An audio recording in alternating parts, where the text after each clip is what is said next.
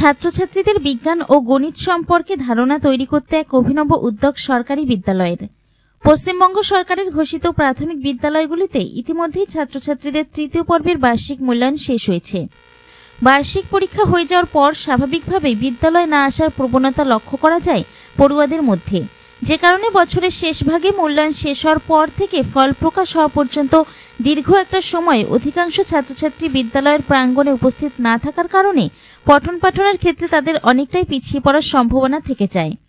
মূলত সেই কারণেই বার্ষিক মূল্যায়ন শেষ হয়ে গেলেও ছাত্রছাত্রীদের স্কুলমুখী করে তুলতে ও তাদের মধ্যে বিজ্ঞান ও গণিত সম্পর্কে উচ্চমানের ধারণা তৈরি করতে এক অভিনব উদ্যোগ নিলেন নদিয়ার মায়াপুর বামনপুকুর পূর্ব মোল্লাপাড়া প্রাথমিক বিদ্যালয়ের শিক্ষকরা।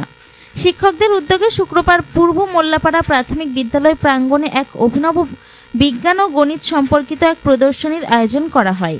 বিদ্যালয়ের শিক্ষক, অভিভাবক থেকে শুরু করে বিদ্যালয়ের ছাত্রছাত্রীরা এই প্রদর্শনীতে অংশগ্রহণ করে। উপস্থিত ছিলেন প্রাথমিক শিক্ষা দপ্তর নবদ্বীপ ব্লকের অন্যতম আধিকারিক এএসআই অফ স্কুল দিলীপ মণ্ডল। সম্পূর্ণ অনুষ্ঠানটি পরিচালনা করেন সংশ্লিষ্ট বিদ্যালয়ের প্রধান শিক্ষক হিরণ শেখ। বিজ্ঞান ও গণিত প্রদর্শনীকে আকর্ষণীয় করে তুলতে এদিন পূর্ব মোল্লাপাড়া প্রাথমিক বিদ্যালয়ের ছাত্রছাত্রীরা বিজ্ঞানভিত্তিক 40টি মডেল তৈরি করে প্রদর্শনীতে অংশগ্রহণ করে।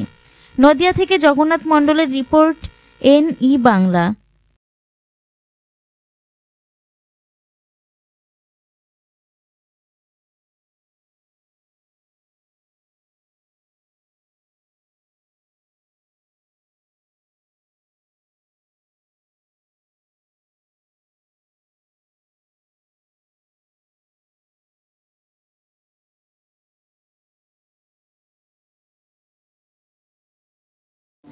স্যার, আজকে এখানে এসে যে বাচ্চাদের দেখলেন যে সবাই সায়েন্স এক্সিবিশনে পার্টিসিপেট করেছে, কেমন লাগলো?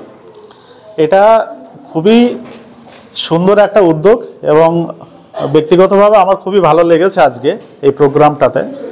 এটা একটা প্রাথমিক বিদ্যালয়ে শিক্ষার্থীদের পক্ষে অভিনব উদ্যোগ এবং এই উদ্যোগটা আমাদের মনে হয় একটা ধারাবাহিকতা রাখা দরকার। আগামী দিনেও যাতে শিক্ষার্থীরা এই ধরনের বিজ্ঞান নিয়ে যে চিন্তাভাবনা তাদের প্রদর্শনীর মাধ্যম দিয়ে এটা যাতে আগামী দিনে আরও ভালোভাবে করতে পারে এবং খুব অল্প বয়স থেকেই মানে আমাদের প্রাথমিক বিদ্যালয়ের শিশুদের পক্ষে এই যে চিন্তাভাবনা এবং আগামী দিনে ওরা বেড়ে ওঠার সাথে সাথে যত বেশি হায়ার স্টাডিজের জন্য এগোবে, মানে উপরে ক্লাসগুলোতে যাবে, মাধ্যমিক বিদ্যালয়, কলেজ, তখন এই বিজ্ঞান মনস্ক যে চিন্তাভাবনাটা ওদের হাত দিয়েই যাতে আগামী দিনে আরও নতুন নতুন আবিষ্কারের পথ চলে আসে এবং বেরিয়ে আসে, সেটা আমাদের আগামী দিনে সভ্যতা বা সমাজের পক্ষে খুবই ভালো একটা গ্রহণযোগ্য পদক্ষেপ হবে।